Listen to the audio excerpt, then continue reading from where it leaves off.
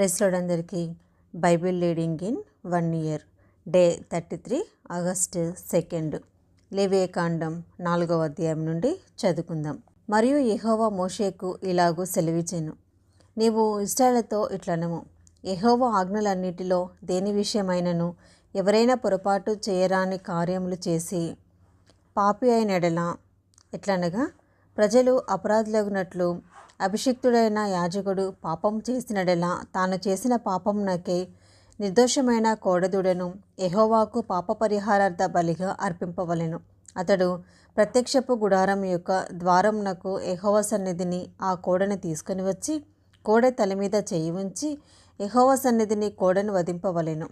అభిషిక్తుడైన యాజకుడు ఆ కోడెదూడ రక్తంలో కొంచెము తీసి ప్రత్యక్షపు గుడారమునకు దానిని తేవలెను. ఆ యాజకుడు ఆ రక్తంలో తన వ్రేలు ముంచి పరిశుద్ధ మందిరం యొక్క అడ్డతెర ఎదుట ఆ రక్తంలో కొంచెము 7 మార్లు యెహోవా సన్నిధిని ప్రోక్షింపవలెను. అప్పుడు యాజకుడు ప్రత్యక్షపు గుడారంలో యెహోవా సన్నిధినున్న సుగంధ ద్రవ్యముల ధూపవేదిక కొమ్ముల మీద ఆ రక్తంలో కొంచెము చమిరి ప్రత్యక్షపు గుడారం యొక్క ద్వారమునొద్దనున్న దహనబలి పీఠము అడుగున ఆ కోడ యొక్క రక్తశేషమంతయు పోయవలెను. మరియు అతడు పాప పరిహారార్థ బలి రూపమైన ఆ కోడె క్రొవ్వు అంతయు దాని నుండి తీయవలెను. ఆంత్రములలోని క్రొవ్వును, ఆంత్రముల మీద క్రొవ్వు అంతటిని, మూత్ర గ్రంథులను, వాటి మీది డొక్కలపైనున్న క్రొవ్వును, మూత్ర గ్రంథులపైనున్న కాలేజము మీది వపను సమాధాన బలియగు ఎద్దు నుండి తీసినట్లు దీని నుండి తీయవలెను. యాజకుడు దహన బలిపీఠము మీద వాటిని ధూపము వేయవలెను. ఆ కోడి యొక్క శేషమంతయు అనగా దాని చర్మము, దాని మాంసమంతయు, దాని తల, దాని కాళ్ళు, దాని ఆంత్రములు, దాని పేడ, పాలెము వెలుపల బూడిదెను పారబోయు పవిత్ర స్థలమునకు తీసుకొని పోయి అగ్నిలో కట్టెల మీద కాల్చివేయవలెను. బూడిద పారబోయే చోట దానిని కాల్చివేయవలెను. ఇశ్రాయేలు సమాజమంతయు పొరపాటున ఏ తప్పిదము చేసి యెహోవా ఆజ్ఞలన్నిటిలో దేనినైనను మీరి చేయరాని పని చేసి అపరాధులైన ఎడల వారు ఆ ఆజ్ఞకు విరోధముగా చేసిన ఆ పాపము తమకు తెలియబడినప్పుడు సంఘము పాప పరిహారార్థ బలిగా ఒక కోడెదూడను అర్పించి ప్రత్యక్షపు గుడారం యొక్క ద్వారమునకు దానిని తీసుకొని రావలెను.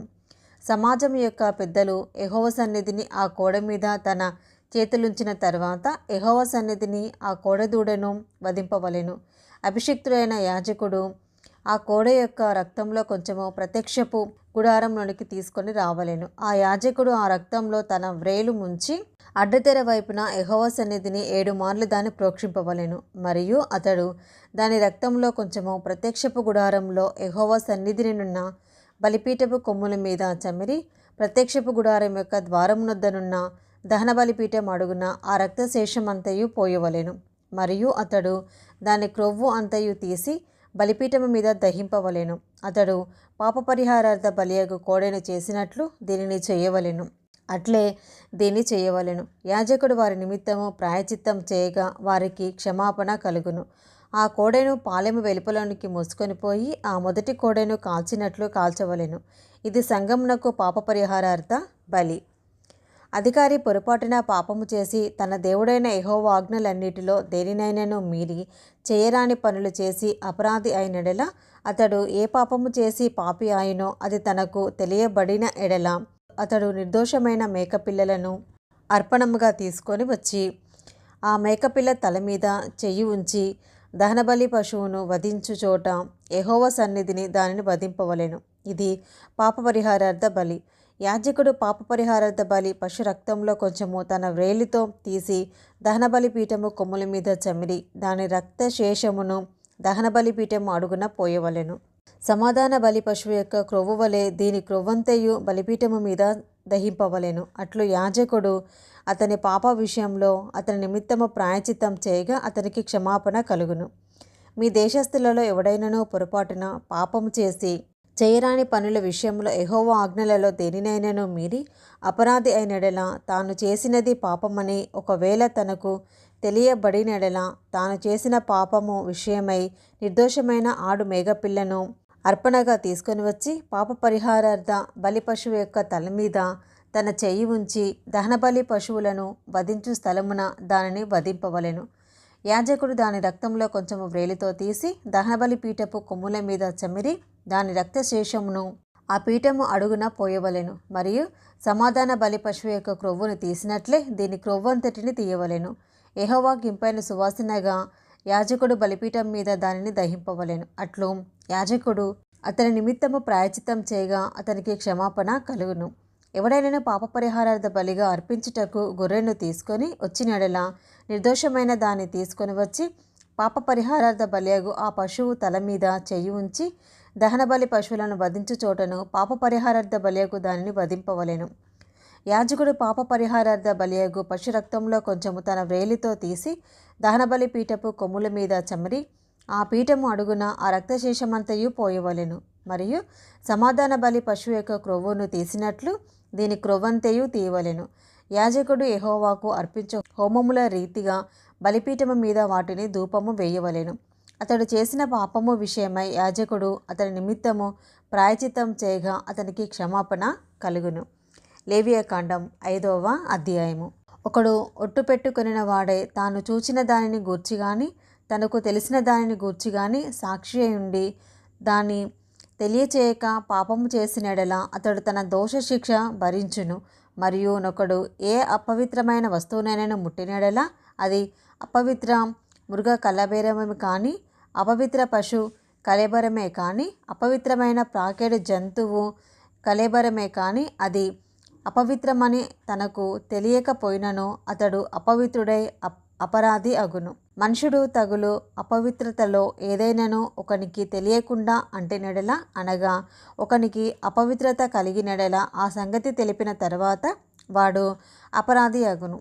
మరియు కీడైనను మేలైనను మనుషులు వ్యర్థంగా ఒట్టు పెట్టుకొని చేసిదమని పలుకు మాటలలో మరి దేనినైనాను యోచింపక చేసేదనని ఒకడు పెదవులతో వ్యర్థంగా ఒట్టు పెట్టుకొని నెడల అది తెలిసిన తర్వాత వాడు అపరాధి అగును. కాబట్టి అతడు వాటిలో ఏ విషయమందైనను అపరాధి అగునప్పుడు ఆ విషయమందే తాను చేసిన పాపమును ఒప్పుకొని తాను చేసిన పాప విషయమై యెహోవా సన్నిధికి మందలో నుండి ఆడు గొర్రెపిల్లనే కానీ ఆడు మేకపిల్లనే కానీ అపరాధ పరిహారార్థ బలిగా అర్పింపవలెను. అతనికి పాపక్షమాపణ కలుగునట్లు యాజకుడు అతని నిమిత్తము ప్రాయచిత్తము చేయును. అతడు గొర్రెపిల్లను తేజాలని ఎడల అతడు పాపి అగినట్లు తాను చేసిన అపరాధ విషయమే 2 తెల్ల గువ్వలనే కానీ 2 పావురపు పిల్లలనే కానీ పాప పరిహారార్థ బలిగా ఒకదానిని దహన బలిగా ఒకదానిని యెహోవా సన్నిధికి తీసుకొని రావలెను. అతడు యాజకుని యొద్దకు వాటిని తెచ్చిన తర్వాత అతడు పాప పరిహారార్థమైన దానిని మొదట నర్పించి దాని మెడ నుండి దాని తలను నులమవలెను, కానీ దాని నూడ తీయకూడదు. అతడు పాప పరిహారార్థ బలి పశు రక్తంలో కొంచెము బలిపీఠము ప్రక్కన ప్రోక్షింపవలెను. దాని రక్తశేషమును బలిపీఠము అడుగున పిండవలెను. అది పాప పరిహారార్థ బలి. విధి చొప్పున 2వ దానిని దహన బలిగా అర్పింపవలెను. అతడు చేసిన పాపము విషయమై యాజకుడు అతని నిమిత్తము ప్రాయచిత్తం చేయగా అతనికి క్షమాపణ కలుగును. 2 తెల్ల గువ్వనైనను 2 పావురపు పిల్లనైనను తనకు దొరకని ఎడల పాపము చేసిన వాడు తూమెడు గోధుమ పిండిలో 10వ వంతును పాప పరిహారార్థ బలి రూపముగా తేవలెను. అది పాప పరిహారార్థ బలి కనుక దాని మీద నూనె పోయవలదు, సాంబ్రాణి దాని మీద ఉంచవలదు. అతడు యాజకుని యొద్దకు దానిని తెచ్చిన తర్వాత యాజకుడు జ్ఞాపకార్థముగా దానిలో పిడికెడు తీసి యెహోవాకు అర్పించు హోమద్రవ్యముల రీతిగా బలిపీఠము మీద దానిని దహింపవలెను. అది పాప పరిహారార్థ బలి. పైన చెప్పిన వాటిలో దేని విషయంనైనను పాపము చేసిన వాని నిమిత్తము యాజకుడు ప్రాయచిత్తం చేయగా అతనికి క్షమాపణ కలుగును. దాని శేషము నైవేద్య శేషము వలె యాజకునిది అగును. మరియు యెహోవా మోషేకు ఇలాగు సెలవిచ్చెను. ఒకడు యెహోవాకు పరిశుద్ధమైన వాటి విషయంలో పొరపాటున పాపం చేసినడల తాను చేసిన అపరాధమునకు నీవు ఏర్పరచు వెలచొప్పున పరిశుద్ధమైన తులముల విలువగల నిర్దోషమైన పొట్టేలును మందుల నుండి అపరాధ పరిహారార్థ బలిగా యెహోవా యొద్దకు వాడు తీసుకొని రావలెను. పరిశుద్ధమైన దాని విషయంలో తాను చేసిన పాపము వలన నష్టము ఇచ్చుకొని దానితో 5వ వంతు యాజకునికి ఇయ్యవలెను. ఆ యాజకుడు అపరాధ పరిహారార్థ బలియగు పొట్టేలు వలన అతని నిమిత్తము ప్రాయచిత్తం చేయగా అతనికి క్షమాపణ కలుగును. చేయకూడదని యెహోవా ఆజ్ఞాపించిన వాటిలో దేనినైనాను చేసి ఒకడు పాపి అయినడల అది పొరపాటున జరిగినను అతడు అపరాధి అయి తన దోషమునకు శిక్ష భరించును. కావున నీవు ఏర్పరిచిన వెల చొప్పున మందలో నుండి నిర్దోషమైన పొట్టేలును అపరాధ పరిహారార్థ బలిగా అతడు యాజకుని యొద్దకు తీసుకొని రావలెను. అతడు తెలియకయే పొరపాటున చేసిన తప్పును గూర్చి యాజకుడు అతని నిమిత్తము ప్రాయచిత్తం చేయగా అతనికి క్షమాపణ కలుగును. అది అపరాధ పరిహారార్థ బలి. అతడు యెహోవాకు విరోధంగా అపరాధం చేసినది వాస్తవము. ఇది ఈరోజు భాగం అండి. Praise the lord.